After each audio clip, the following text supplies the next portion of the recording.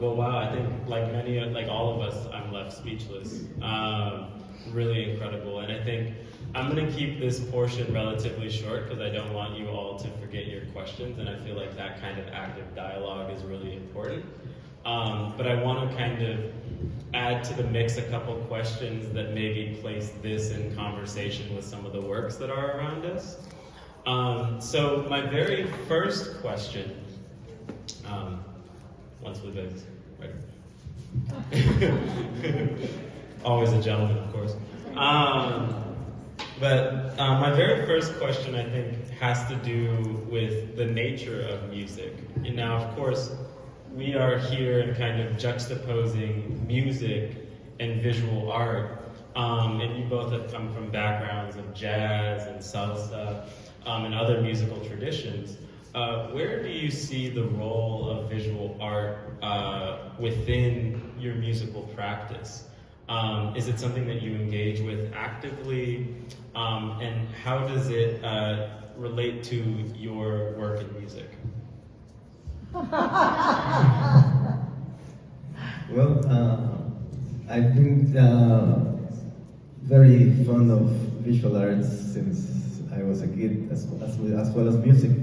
My sister is an architect, and she's 14 years older than me, so when I was growing up, she was already painting beautiful things and playing music, which helped me to start the music. So I've always felt the connection, you know. When I see a work of art, it resonates inside of me, same as the music. What I could probably most tangibly mention is the work that a concept that I developed that is about cubist art, that is about taking phrases of music that I could compare like cubes in a cubist painting, meaning having a musical phrase that is a complete unit and juxtaposing that complete unit to another complete unit and make music in that particular way so that it resembles a cubist piece. So how do you know that an excerpt of music could be a complete unit? When it repeats, so you can analyze it and say, okay, it started and ended, started and ended. So that's a unit. I can have this unit and put it with another. And that's one of that's probably the most tangible form that I could express the relationship for me between visual arts and music. But colors, music is colors, music is emotions, music conveys feelings, which can be as well just the same as visual arts. Like, for example, the expressionist Van Gogh with his putting his madness in the way he strove the things. You could compare that to perhaps Don Pullen about playing music with his wrist and expressing the anger and that's just a couple of examples. I hope that sheds some light on that particular thought. Amazing, thank you. Thank you. Felipe, your thoughts? When I was 12 years of age, you think so? Can you hear me in the back? We can hear you. Because that distorts That sometimes. mic is working. Okay, but I'd rather use my voice. Use your voice. Can you hear me? Yes. Lady in the turban in the back. You gave me okay. When I was 12 years of age, I was on 112th Street between 5th and Lenox. Okay. And we used to play Scully and Hot Peas and Butter and all these Ringalerio and all of these street games. And I was very much into the rock and roll of that era. A guy had a late model car and he parked it, double parked it next to the projects. And on the air, he had the music very loud. And on the air, he was playing Ornette Coleman. Does anybody know who Ornette Coleman is? Use the mic? Use the mic, okay. Ornette Coleman is one of the abstractionists, musical abstractionists, who has always fascinated me.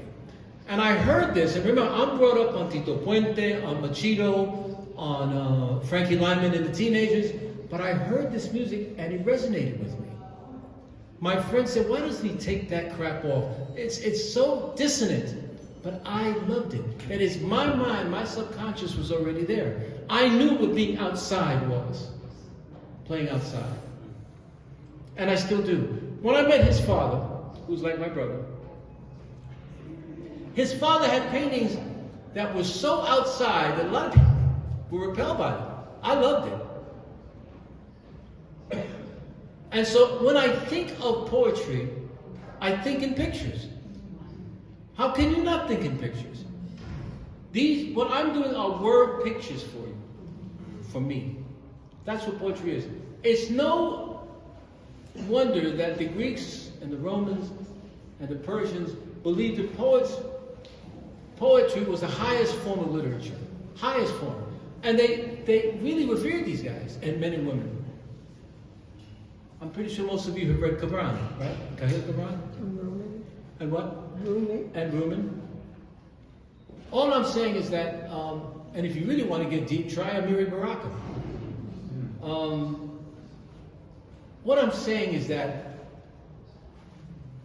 poetry forces you to think in pictures. So I can't separate the two. There's no way I can separate the two. Isn't it interesting that the first time I went to the Modern Museum of Art, I went straight to the, who's the gentleman who, Guernica? I went straight there. I went straight there.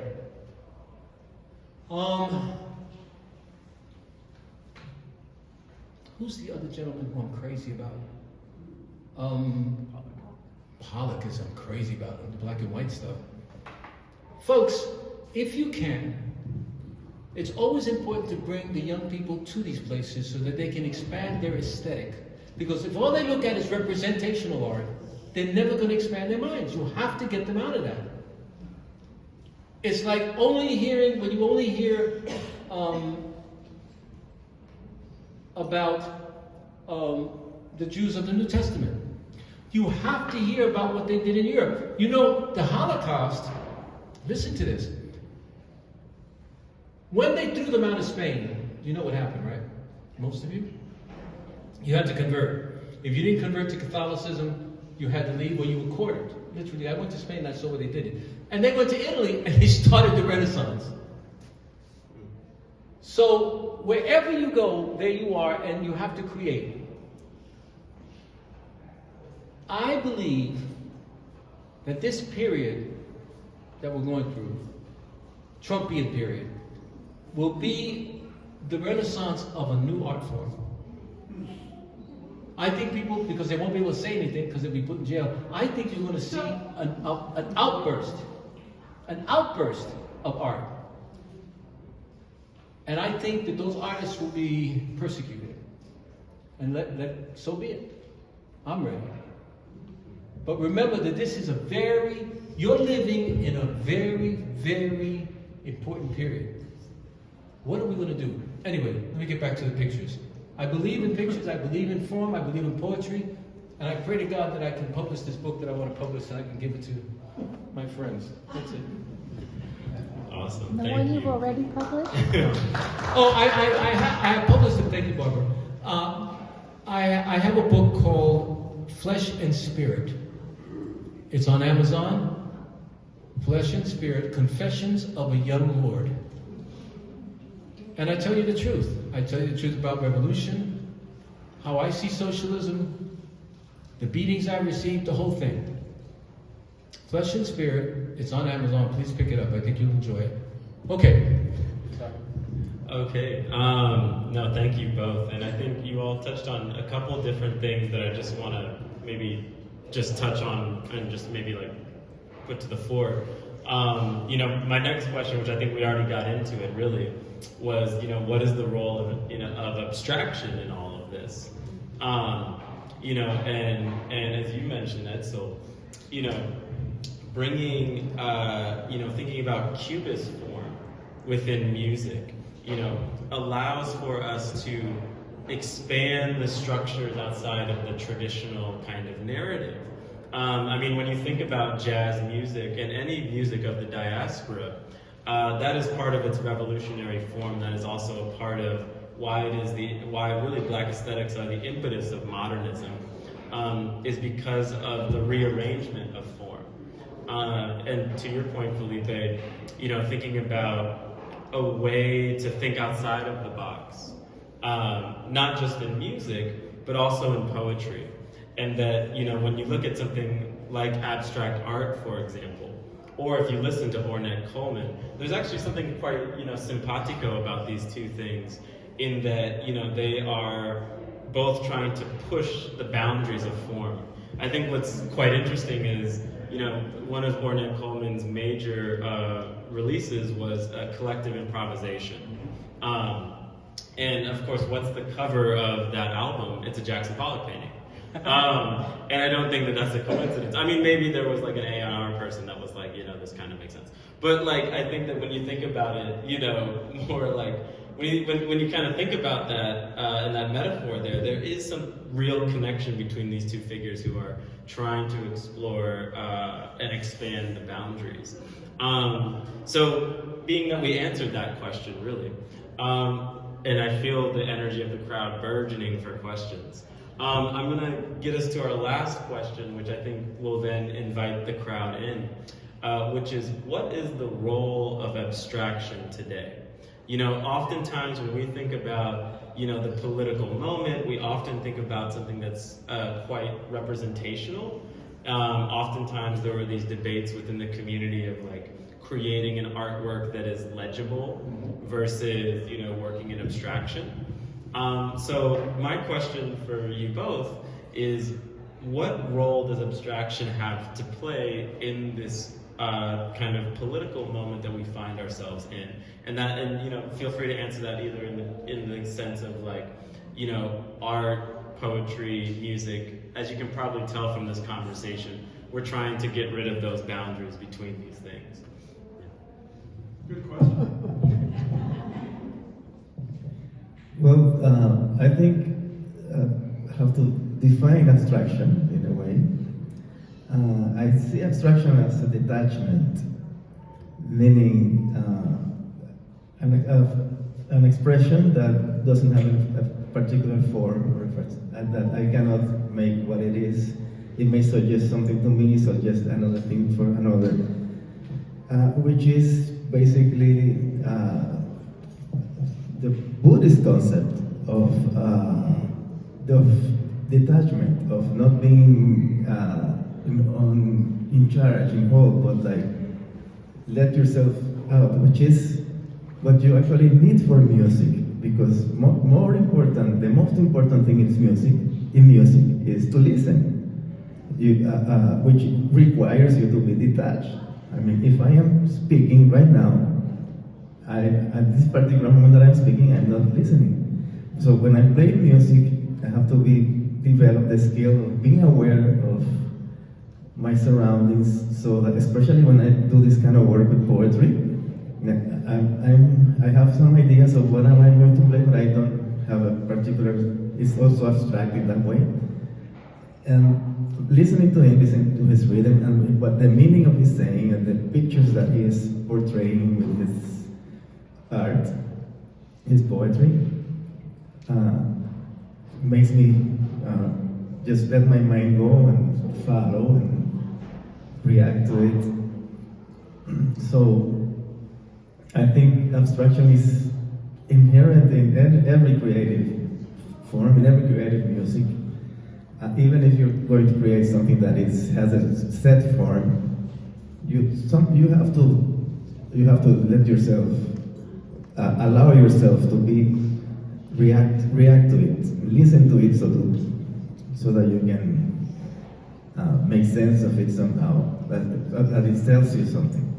otherwise it's just noise and not art. Or that's how I see it. Thank you. Has anyone seen the Bob Dylan movie yet? How many people have seen it? The newest one. The Jewish one? The newest. The newest. Well, he was Jewish too. I resemble that remark. I think everyone should go see it. It is a wonderful cinematic attempt to get a guy who didn't have the greatest voice in the world. I was in the village at the time that he was there, and I thought that he was horrible, but I loved his poems. His poems were great. I don't know how anyone can live in this world and not be an abstractionist. When you're walking down the street, you don't always think of the buildings. You actually see different things. I look at people and I see different things. I don't just see the person. In fact, there were times when I was a kid that I'd look at a person and I'd have to back off because I'd see different faces, I see different forms. I got to meet Ornette Coleman and in Dad's loft. And he was so outside that there were times I couldn't take him. I never met John Coltrane, but I met Jackie McLean, I met Miles Davis, I met all these guys. There is a God spirit in all of us that demands that we go beyond the physical confines of our body. And you gotta respect that. Sometimes I'm talking to my kids and they say things that are so weird. And rather than my saying, "Tu estás loco?" I say, "What do you mean by that?" And they can't explain it. I wish those of us over 50 would become more abstractionist. We need to lead the way. We need to tell young people that they are right the way they are. We need to love them into abstraction. Kids are being told you can't do that. You can't. Every kid who has made it, every kid, started when they were very young. In Cuba, they still get these kids at 3 and 4 and 5 years of age. And they put them in music schools. And if you listen to Cuban music, you will be shocked at how advanced it is. There's a guy named Rubalcaba, who's a piano player. He's phenomenal. If you think, what's his name? Chucho is good. You should listen to this guy. Say his name again. Gonzalo Rubalcaba. Oh. He's remarkable. Also, the guy named Chucho Valdez is like the Mozart of Cuba. Why is it that anyway, let me not go into that. Folks, abstraction is the body's way and the mind's way of not having you go crazy. Have you ever had dreams? I'm having a lot of them now that are so outside. They're weird. And I'm still trying to figure them out. Folks, the dreams are your body's way of getting rid of toxins. Let's not do this, let's do this. Believe your dreams. If America really wanted to grow, it would believe its dreams. We came here, we saw this red man, and we just took him off. And he kept on saying, I have a dream. It's not Martin Luther King who said that, the Lakota used to say that. And they believe that if you follow your dreams, you'll be okay. There's some of you right now who want to do things and are afraid to do it because of your age. Are you crazy?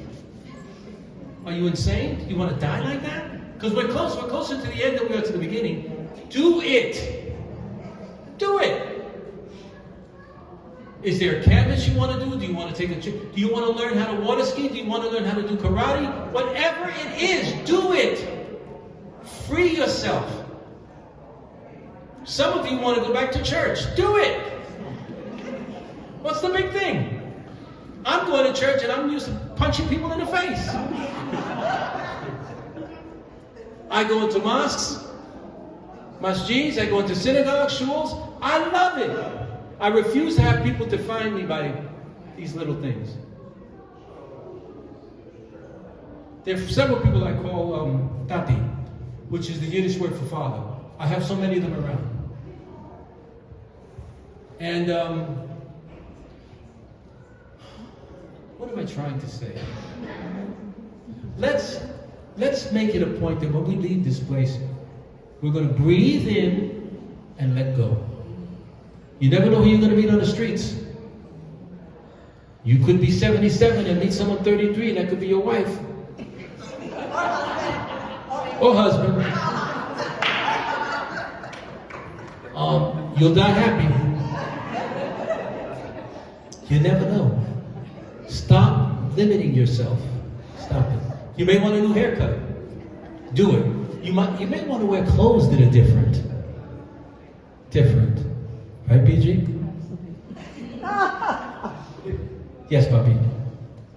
Who was you? Yes, I just have a kind of multi-phasic, I don't know if that's a word, question.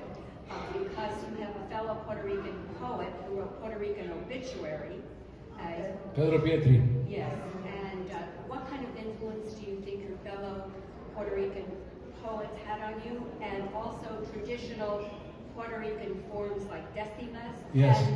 and rhythms. Yeah. How does that affect you? Well, rhythm, we're born with that. I mean, that's something that you hear every day. But you have to choose it. Your rhythm that You choose, you know there are a lot of Puerto Ricans who don't like that music. It's too much for them. They can't dance on clave. Clave being the beat that we dance to. Yeah. There's so many Puerto Ricans who hate themselves too. They don't feel good about themselves. I don't know how it is to hate yourself. I grew up in a barrio where everybody was pretty. I don't see ugly Puerto Ricans. I don't see ugly people, period. I think Puerto Ricans redefine weight proportions. All of our women are big. So I never got into this whole thing on the ella es gorda. In fact, I used to have a speech and I used to tell black women, if you think you're too big, come on over to the Puerto Rican side. We love it. We love it.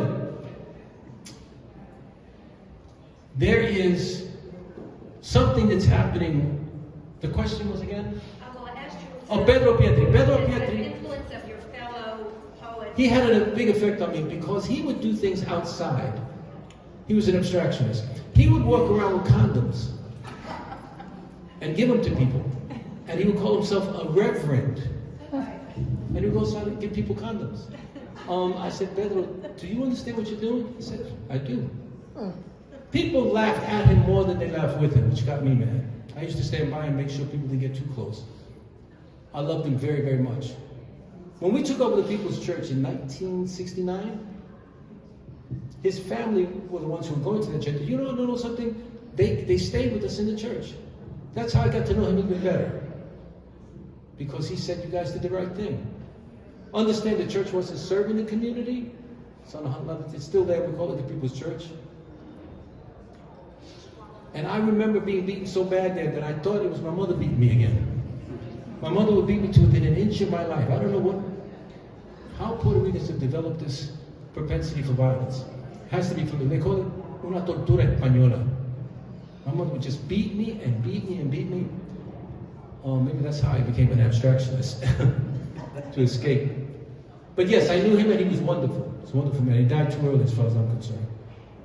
There was something else you wanted to know. Yes, I was asking about traditional Puerto Rican poetry forms, like decimas. Yeah, that's basically on the island. They don't do it that much here. I hear it on the island a lot. The one who could really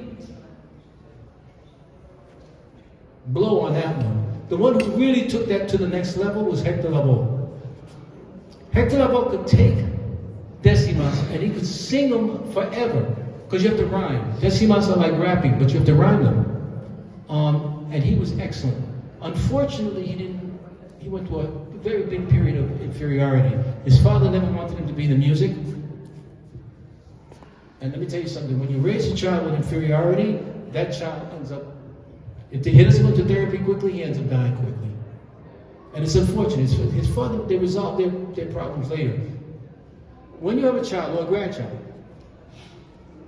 who wants to do something different, please folks, unless it's anti-human, support them. Support them.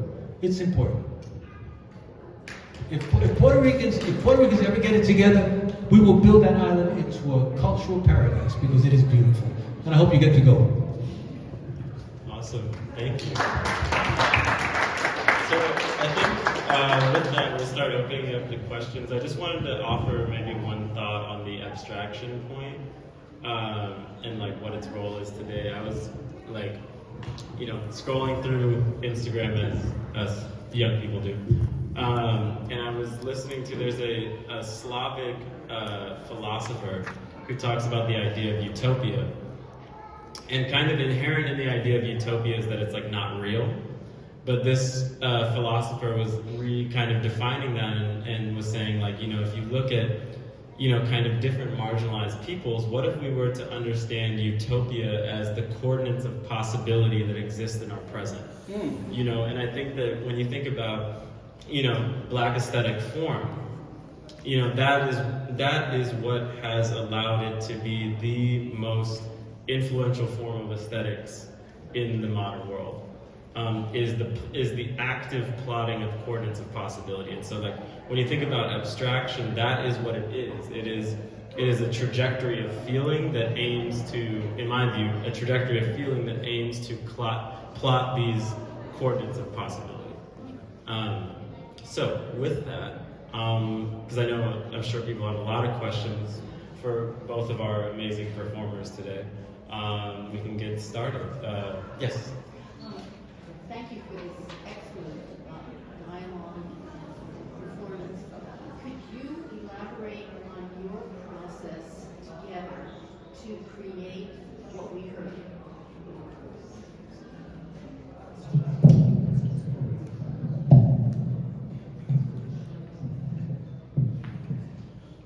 Come on down. Thank you so much. I was wondering if you could tell the process that you used in this collaboration that we experienced just a half an hour ago. What was the process that you used? It's funny you bring that up. When we first got together, it took one day. When we first got together, I was trying to tell him the songs that I wanted. And it was all right, but it wasn't jiving. And the next time we came together, I said, why don't you give me some songs you like? For example, in one of the songs, for those of you who are into Puerto Rican music, there was an old Puerto Rican melody, and it juxtaposed itself with a very rough poem, and it worked. That's how I did it. I wanted him to be the artist, and me to be, so we did it that way. And if you let people breathe, if you let them express themselves the way they want to express themselves, you'd be surprised. I don't think there'd be much autism if we did that. Let them be who they want to be. So I'm into that. I know kids, I don't know how I have this, my son has it too. I see kids in the street and they're calling and they're screaming, even to their mothers. And I say, yo, come over here. And I hug them. I like touch. And as long as you're not offending somebody, touch does something. It's a healing. And I touch them. I say, come on over here, man. What do you like to do? Who do you want to be? That's how I talk to them. And whatever love I have in my heart, I extend it to them. Their mothers sometimes look at me because you got to be careful these days. No, because the mothers are wondering, who is this Negro? And why is he touching my child? But you see the child wilting. They're just giving up. Yes, of course you have to be careful with girls. And that's unfortunate because the girls little girls need support. They're being told they're not that much. I don't care how much women's lib you have, I don't care how far we've come, there still is this sense of inferiority that I cannot achieve. And with my daughter, I give her whatever you need to succeed in life. So what I did is I just had him do his thing, and then I do my thing. I was afraid. I didn't know if the poems would resonate with you guys. But I said I'm going to do it anyway. Good hell. And when I came in, I touched. ¿Cómo se llama ella? Sarah Linda. And she went. Like, people are not used to being touched. Putin needs to be touched. You know what I mean? He needs to be hugged. Netanyahu needs to be touched. They need to be, the guys from Hamas need to be touched. What we're doing is building emotional terrorists, physical terrorists, by bombing them to death. Can you imagine what's going to happen in the next 20 years? Scares the hell out of me. We touch them with metal, we kill them. It's not the way to go. For me, it was I admire him a lot for many years, and so it was a blessing for me that they called me to do this and have this opportunity. And so I wanted to support as much as I could. What could I bring to the table? How can I make it sound better, or how can I support the poem, what the poem is saying? That picture that he's creating, what could I add so that it could help the audience visualize what he's saying? That was my main point. I didn't really know what to play when we first started, so I thought, I was thinking in an abstract way, totally saying, okay, maybe I'll just, try to listen to the rhythm and what the poem is saying and find something. And then he said, no, maybe play a bolero here, play a ballad, or play this Puerto Rican rhythm here. And so with that input, I sort of tried to find something that would also not get in the way of the words, which is the most important thing in this particular collaboration. Because I'm playing a lot and not listening, I'm gonna kill his deliverance. So that was my mindset when I started working with this. Then when he suggested, I think this song would go in this part, play me a spiritual song. I play something, okay, no, maybe not that, a little more aggressive or a little less aggressive. Okay, and we find it another way, and that's how it came out. It's great. It's really great. Thank you. Very glad you enjoyed it. Other questions? Yes, ma'am.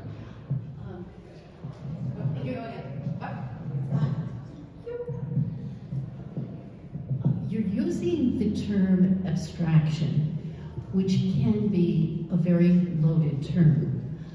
When I'm hearing your response in describing that abstraction, I wonder if the word transcendence would be also appropriate. Because as you were describing how you were supporting the poetry, you were witnessing what he was saying and then creating the music. And as I'm sitting here, hearing this whole thing, your music was very soothing, and it felt like the ocean. The words of the poet really was revealing a lot about the soul of Puerto Rico. And I'm going to suggest that as I'm thinking about this event, I'm seeing the beauty of Puerto Rico, an island surrounded by the rhythm of the ocean.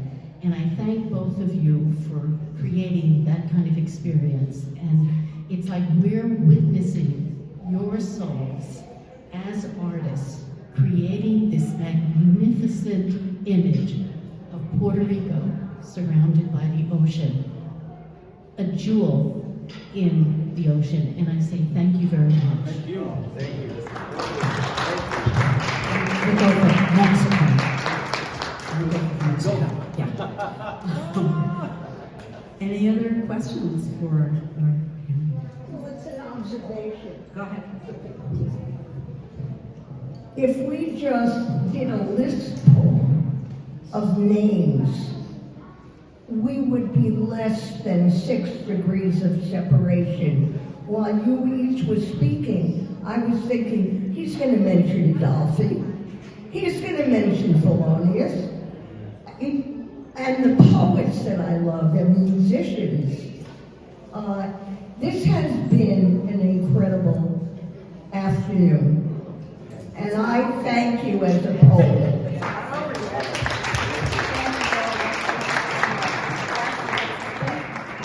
just want to end on a fire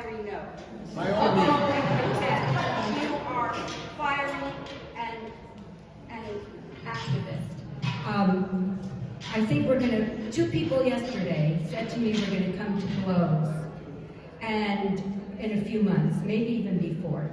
As someone who's been a fighter, you said go to demonstration, but I'd like to know what else we can do. Thank you. I am, first of all, know what you're capable of. Know what you're capable of. I know that God has kept me alive for such a time as this. It's going to be very rough. The next 4 years are not going to be cantaloupe and prosciutto. It's not. It's going to be rough. We've been through this before. Now, I used to say, well, we've been through this before because we went through the 60s, we went through the Freedom Rise. I don't know how many of you remember the South, Schwerner and Cheney and what happened to them, and Goodman.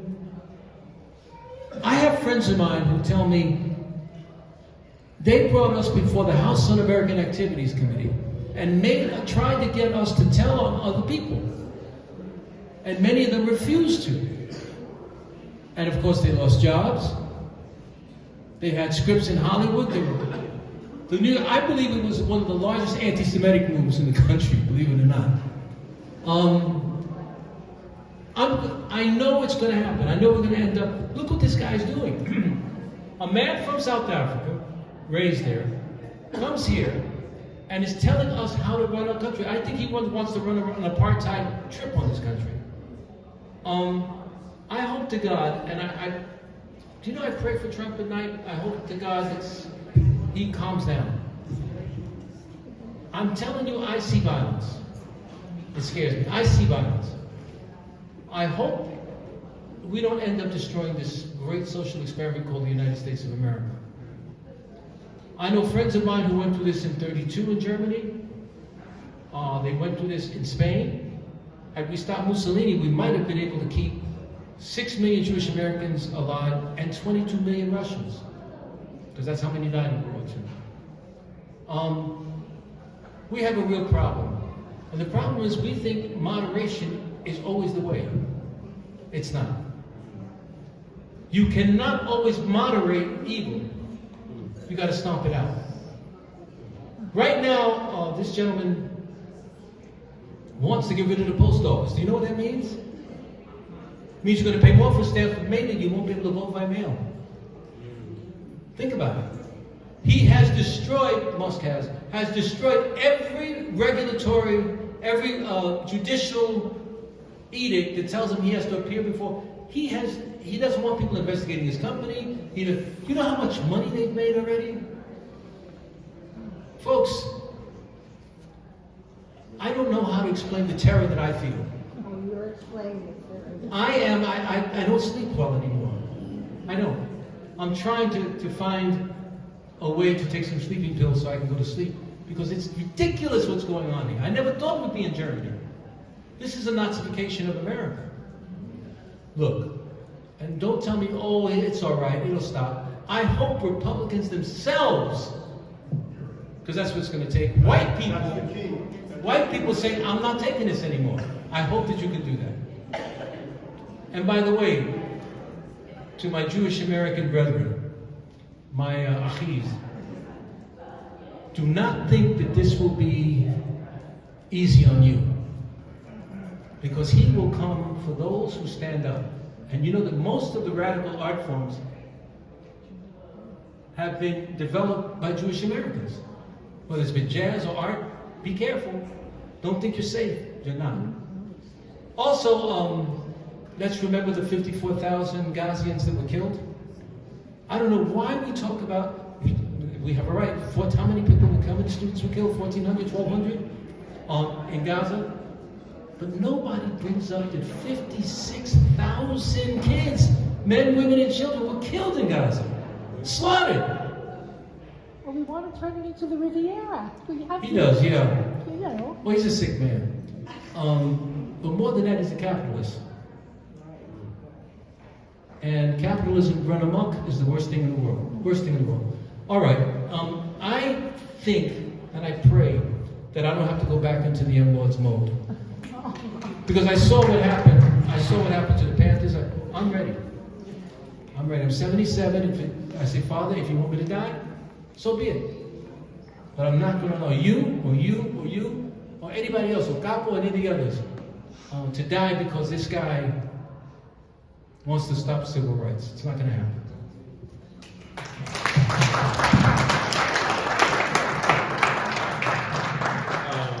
So we are, let's see, sorry, just checking time. So we are going to have our second round of performance. Thank you all so much for your questions, your active participation. We all really appreciate it. So let's enjoy some more and just keep thinking and raising our consciousness and keep speaking out. And thank you for speaking from your heart. Thank you. And while we transition back to some more meditative music and poetry,